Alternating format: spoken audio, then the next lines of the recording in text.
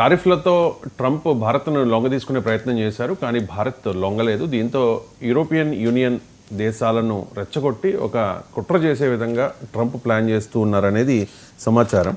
EU కూటమి దేశాలు America చెప్పినట్టు వింటే గనక అది భారత్కి ప్రమాదమే కదా. ఆ ప్రమాదం నుంచి ఎలా బయటపడాలి, ఆ ప్రమాదాన్ని భారత్ తట్టుకోగలుగుతుందా అంటే ఏం చెప్తారు? ట్రంప్ ఇంకొక భారీ కుట్ర, ఇప్పటికే 25% మొత్తం 50% టారిఫ్లు విధించాడు ఆగస్టు 27వ తారీఖు నుంచి.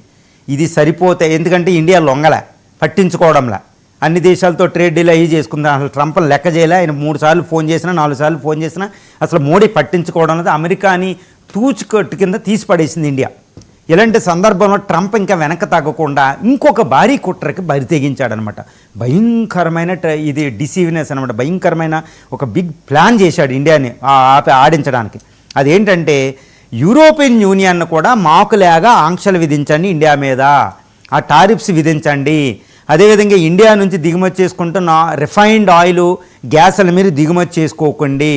సో ఇది చేస్తున్నాడు అనమాట.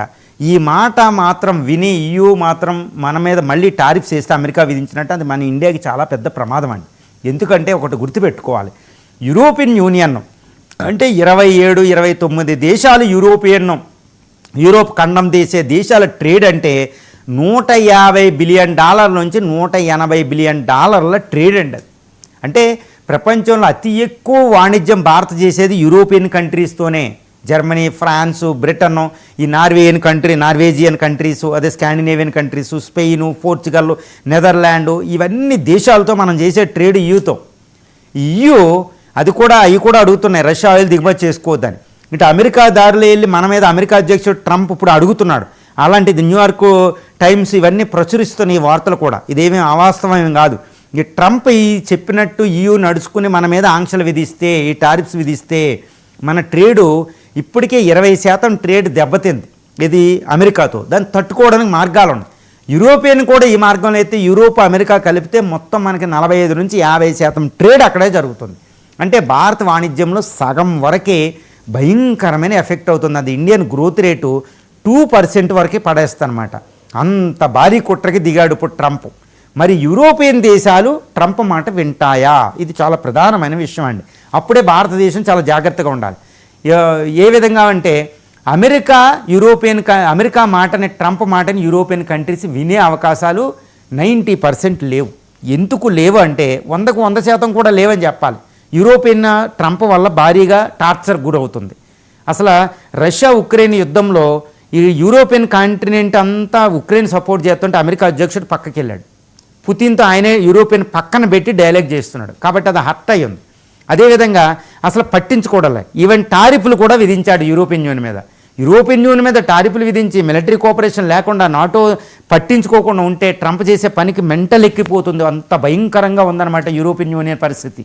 సైకలాజికల్లీ డిస్టర్బ్ అయిపోయింది. ఇటువంటి పరిస్థితుల్లో ట్రంప్ చెప్పింది యూరోపియన్ కాంటినెంట్ ఎందుకు ఒప్పుకుంటుందండి? ఒప్పుకునే అవకాశం లేదు, ఒప్పుకునే సందర్భం కూడా ఇక్కడ లేదు. అది మనం గుర్తుపెట్టుకోవాలి.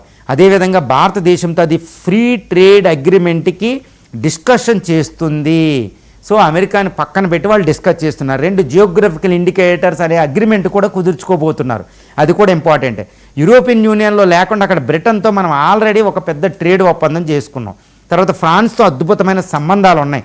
అక్కడ నుంచి మనం Rafale engine 5th generation AMCA engine తెచ్చుకుంటున్నాం. సో ఫ్రాన్స్ ఇండియాకి ఎగినెస్ట్గా ఏది తీయదు. అమెరికాకి ఫ్రాన్స్కి ఇప్పుడు పడ్డంలా. అదేవిధంగా జర్మనీ నుంచి పెద్ద సబ్మెరైన్స్ అవి తెచ్చుకుంటున్న అద్భుతమైన ట్రేడ్, అది కూడా దూరం చేసుకోదు. ఇండియా అనేది ఫాస్టెస్ట్ గ్రోయింగ్ ఎకానమీ. సో మనకి ద్వైపాక్షికంగా, సో యూరోపియన్లో ప్రధానమైన సభ్య దేశాలతో మనం ద్వైపాక్షిక ఇన్ఫ్లుయెన్షియల్ కంట్రీస్తో ఉన్నాం. కాబట్టి యూరోపియన్ సంయుక్తంగా ఏకాభిప్రాయంతోనే నిర్ణయం తీసుకోవాలి. కాబట్టి అది తీసుకునే పరిస్థితులు యూరోపియన్ లేదు. కాబట్టి ట్రంప్ ఎంత భారీ ప్లాన్ చేసినా యూరోపియన్ కాంటినెంట్ EU కూటమి ట్రంప్కి కోఆపరేట్ చేసే అవకాశం లేదు. ఏది? పుతిన్తో మనం ఆయిల్ తెచ్చుకున్న పుతిన్ దగ్గర నుంచి. కాబట్టి ఇక్కడ ఓకే. కానీ ఒక్క విషయం నేను చెప్పదలిచానండి, ఇండియా చాలా జాగ్రత్తగా ఉండాలి. ఇప్పుడు దాకా మనం అమెరికాని అలాగే అనుకున్నాం, కానీ అది టారిఫ్స్ చేసింది, చాలా ఘోరంగా విపత్తు పడుతున్నాయి. ఇండియా కూడా అంటుంది ఒకదాని మీద ఆధారపడి తప్పు చేసామని. ఈరోజు యూరోపియన్ యూనియన్ వెస్ట్రన్ కంట్రీస్ నమ్మడానికి లేదు. కాబట్టి ఒకవేళ ట్రంప్ అందరూ ఒకటైపోయి మళ్ళీ ఒకటైపోయి మన మీద ఆంక్షలు విధిస్తే మన పరిస్థితి. సో ఇండియా అనేది ఇట్ షుడ్ నాట్ బీ కాంప్లిసెన్సీ, అంటే ఉపేక్ష లేకుండా జాగ్రత్తగా ఉండాలి. ఏం చేయాలి అంటే ఇండియా యూరోపియన్ కంట్రీస్లో దౌత్యం ఇండివిజువల్గా కంట్రీస్తో దౌత్యం చేసి ఏకాభిప్రాయం నిర్ణయం రాకుండా చేసుకోవాలి. ఎస్పెషల్లీ ఫ్రెంచ్ అధ్యక్షుడు మ్యాక్రాన్తో మనకు మంచి ఉంది. జర్మనీ, అదేవిధంగా నెదర్లాండ్స్, కొన్ని స్కాండినేవియన్ కంట్రీస్తో సంబంధాలు ఉన్నాయి.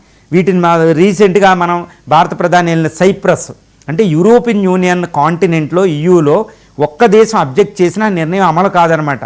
కాబట్టి కొన్ని దేశాలతో లాబింగ్ చేసి చాలా జాగ్రత్తగా యూరోపియన్ కంట్రీ ఇలాంటి నిర్ణయం తీసుకోకుండా మనం చేయగలిగితే మనకి అమెరికా ముప్పు, అమెరికా భారీ కుట్రను అడ్డుకుంటాం. కానీ యూరోపియన్ యూనియన్ కూడా అమెరికా లాగా ఆ దారిలో వెళ్ళి టారిఫ్స్ విధిస్తే మాత్రం అది చాలా పెద్ద ప్రమాద గంటిక. కాకపోతే అందువల్ల ఇండియా దౌత్యం అనేది చాలా జాగ్రత్తగా చేయాలి. ట్రంప్ని ఇంకా ఉపేక్షించకుండా చాలా జాగ్రత్తగా ఉండాలనేది నా అభిప్రాయం. ఎంజర్ గారు, ఈ మధ్యకాలంలో మనం సోషల్ మీడియాలో కానీ లేకపోతే కొన్ని